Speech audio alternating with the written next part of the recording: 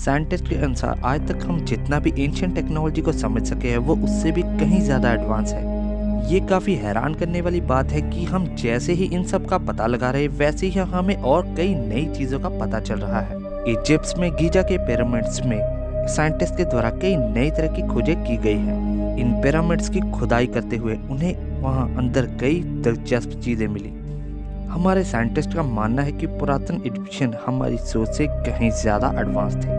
वो पावर का मतलब जानते थे और वो यह भी जानते थे कि किसी चीज़ से पावर पैदा कैसे की जाती है। इससे पहले कि मैं इस वीडियो को शुरू करूँ, आप इस चैनल को सब्सक्राइब और वीडियो को लाइक जरूर कीजिएगा और मेरे साथ एंड तक इस वीडियो पर जरूर बने रहिएगा क्योंकि ये वीडियो काफ़ी ज़्यादा इंटरेस्टिंग होने वाली है।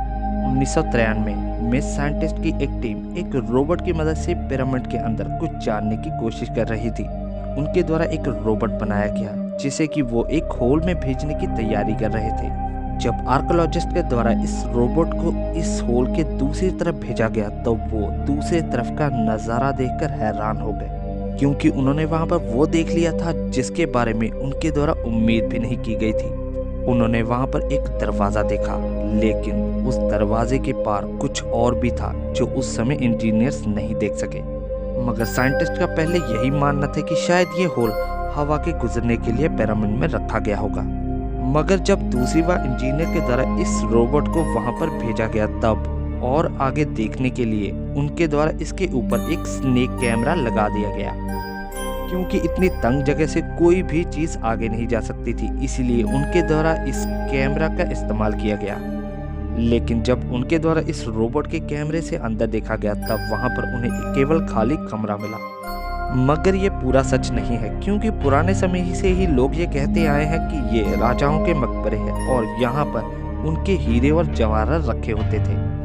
मगर किसी ज़माने में लुटेरों के द्वारा इसे लूट लिया गया था। साइंटिस्ट इसे सच नहीं मानते हैं क्योंकि उनके मुताबिक आज तक जितने भी उन्हें मकबरे मिले हैं उनमें से सभी के कमरे खाली ही थे, तो आखिर इन कमरों का इसमें काम क्या था? इसी को जानने के लिए साइंटिस्ट के द्वारा इस पर और खोज की गई तो उन्हें इसमें कुछ ऐसा मिला जिसने कि साइंटिस्ट को हैरान कर दिया।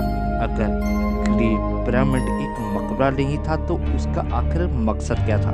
जो कमरा रोबोट को दिखा था उसमें कॉपर फिटिंग और मेटल फिटिंग मिली। इन मेटल फिटिंग की एक कमाल की बात यह थी कि इन पर एक तरफ से ही जंग लगी हुई दिख रही थी। इसी तरह जब रोबोट के कैमरे को थोड़ा नीचे करके देखा गया तब इन्हें नीचे वहां पर कुछ निशान दिखाई दिए। इन सिंबल्स को देखकर तो यही लग रहा था कि ये किसी तरह के इलेक्ट्रिक सिंबल थे। मगर सोचने की बात यह है कि वहां पर इन्हें क्यों बनाया गया? क्या इन चीज़ों का मिलने का मतलब यही है कि किसी ज़माने में इन पिरामिड से ही बिजली बनाई जाती थी? अगर ऐसा कुछ है तो रिसर्चर के अनुसार गीज़ा का पिरामिड मकबरा नहीं है बल्कि वो एक पावर प्लांट था।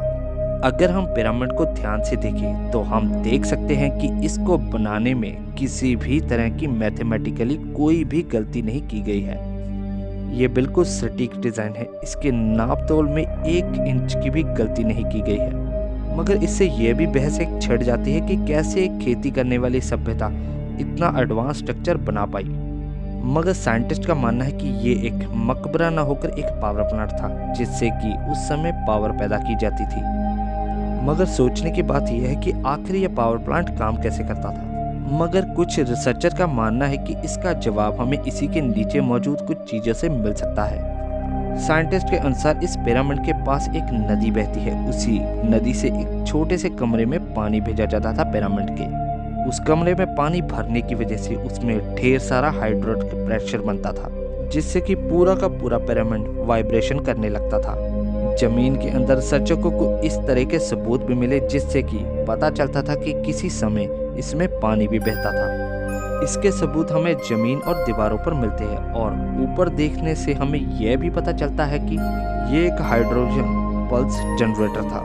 तो इससे रिफ्लेक्शन वेव्स बनती थी जो कि बहुत ही लो प्रेशर वेव्स होती थी जो कि वहां पर टकराती होगी जिससे कि वहां पर एक किस्म की वाइब्रेशन क्रिएट होती होगी जिसकी वजह से ही वहां पर छत टूट गई थी।